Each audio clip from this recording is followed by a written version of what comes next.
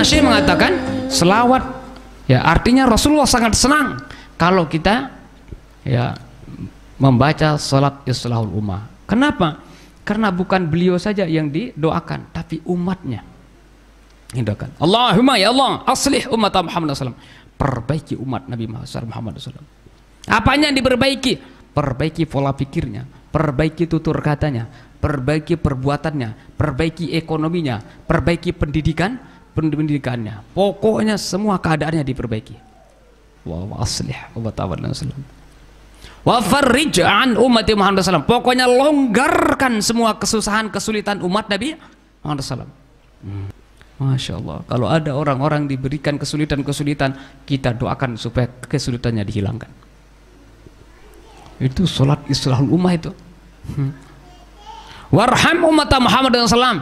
Ya Allah, berikanlah kasih sayang kepada umat Nabi besar Muhammad SAW. Coba bayangkan itu, berapa umat Nabi besar Muhammad SAW itu kita doakan. Makanya kalau di Nahdlatul Wathon biasa ada itu. Ya, setiap orang Nahdlatul Wathon berbicara biasa ya selalu baca salat islahul ummah. Allahumma aslih umat Muhammadin sallallahu alaihi wasallam wa farrij an ummati Muhammadin sallallahu alaihi wasallam warham umat Muhammadin sallallahu alaihi wasallam. Kasih sayang ya Allah, berikanlah rahmat. Inilah kunci kesuksesan orang itu adalah kalau dia mendapatkan rahmat. Kalau tidak ada rahmat, ada artinya hidup ini ya. Dimanapun kita hidup, kalau bersama rahmat Allah SWT aman. Andai kata nanti di akhirat, di neraka diri, tapi ada rahmat Allah SWT walaupun di neraka aman. Lebih baik berada di neraka tapi bersama rahmat Allah SWT dibandingkan berada di surga tapi bersama murkanya Allah SWT. Paham maksudnya? Lebih baik berada di neraka tapi bersama rahmat Allah SWT dibandingkan berada di surga tapi bersama murkanya Allah SWT. Nah, gimana ya? Di neraka tapi bersama rahmat Allah SWT? Iya, di neraka kalau bersama rahmat Allah SWT, Anda itu justru ya, menjadi penonton-penonton yang ada di neraka. Panasnya enggak. Jangan Anda kira kalau di neraka panas kalau bersama rahmat Allah SWT. Enggak ada itu. Api itu akan menjadi dingin dengan adanya rahmat Allah SWT. Malaikat Zabaniyah di sana itu nyiksa tidak terbakar itu. Gimana tempatnya malaikat Zabaniyah? Di neraka kan? Apakah kesakitan di neraka? Enggak.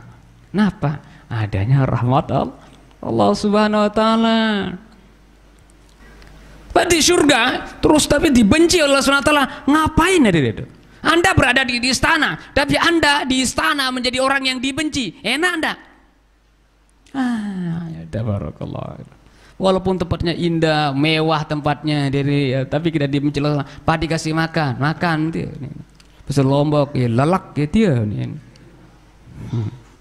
Itu kata orang kayak begitu. Enak enggak makan? Orang tutup pintu, dor. Nggak nyaman hidup pada dia.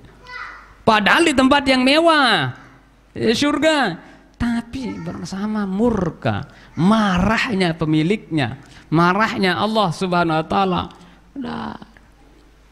Di penjara, tapi justru Anda di penjara menjadi sipirnya, menjadi bosnya di penjara, menjadi orang-orang yang ngatur orang di penjara. Gimana rasanya? Nggak apa-apa itu. Kenapa? Karena ada rahmat Allah Subhanahu Wa Taala. Makanya dimanapun kita berada, kalau bersama rahmat Allah Subhanahu Wa Taala, aman hidup. Makanya kita doakan ya setiap umat Nabi besar Muhammad supaya mendapatkan rahmat. Warham ummat Muhammadin sallallahu alaihi wasallam. Pada zaman Nabi Musa, pada zaman Nabi Musa ada seorang hamba Allah Subhanahu Wa Taala yang maksiatnya itu udah luar biasa. Bisa dikatakan ya, udah semua perbuatan maksiat sudah dilakukan. Sampai Allah Subhanahu Wa Taala memerintahkan kepada malaikat Jibril untuk menyampaikan kepada Nabi Musa untuk mengusir orang tersebut dari kampung halaman itu. supaya jangan nanti Allah murka mengazab orang itu kemudian semuanya kena getahnya. Nah, biasa sistem itu begitu, adik-adik ya.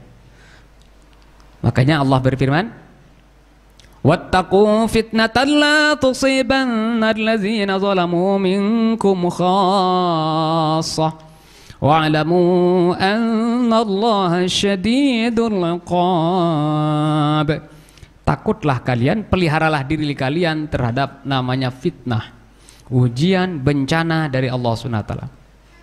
Kenapa? La tusibanna alladzina zalamu minkum khassah.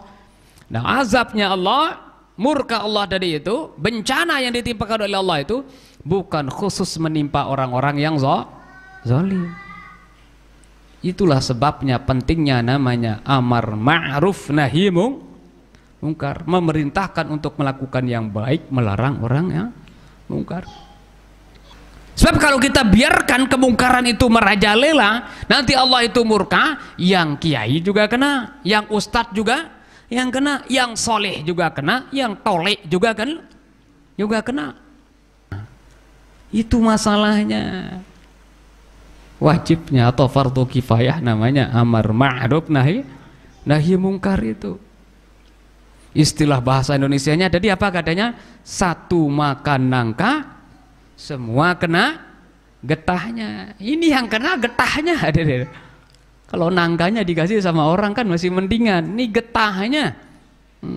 Artinya efeknya itu berpengaruh kepada orang lain.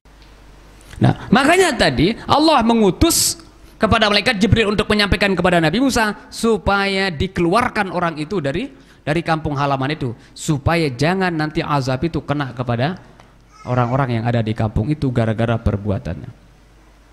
Akhirnya diusirlah orang itu. Nah, karena yang mengusirnya ini Nabi Musa, orang udah tahu semua kan Nabi Musa. Lu adalah Nabiun wa Rasul. Itu seorang Nabi dan Rasul. Nah, karena yang ngusirnya adalah Nabi Musa, semua orang tidak ada yang senang terhadap orang yang diusir dari itu. Jangankan diri untuk diberikan makan oleh orang, mampir atau lewat saja di halamannya orang, itu orang tidak senang. Di mana dia lewat, di sanalah dia diusir. Setiap dia lewat di tempat orang itu ngusirnya itu. Nah, coba aja bayangkan, ya Allah, sudah bagaimana kalau udah seperti itu? Diusir terus. Ya Allah, tabarakallah. Akhirnya sampailah dalam situasi kondisi yang sangat menyedihkan, dalam keadaan kritis. Lapar luar biasa.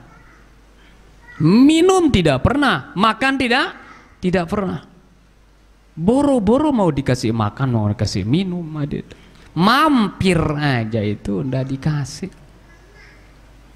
Allah. Nah, pada saat itu di sanalah dia benar-benar itu menyerahkan dirinya kepada Allah Subhanahu wa taala dengan ucapan, "Ya Allah, saya rela diusir dari seluruh makhlukmu yang ada di atas dunia ini. Saya rela dibenci oleh seluruh makhlukmu yang ada di atas dunia ini. Saya rela dikucilkan dari seluruh makhlukmu yang ada di atas dunia ini. Tapi satu yang saya mohon kepadamu ya Allah, janganlah engkau mengusirku dari rahmatmu."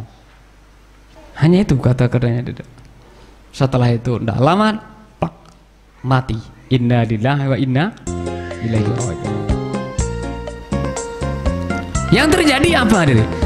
Yang terjadi adalah sebaliknya. Allah Subhanahu wa taala ngutus lagi malaikat Jibril. Hei malaikat Jibril, silakan Anda datang lagi kepada Nabi Musa dan beritahu dan perintahkan kepada dia untuk menemui orang yang sudah dia usir dari itu.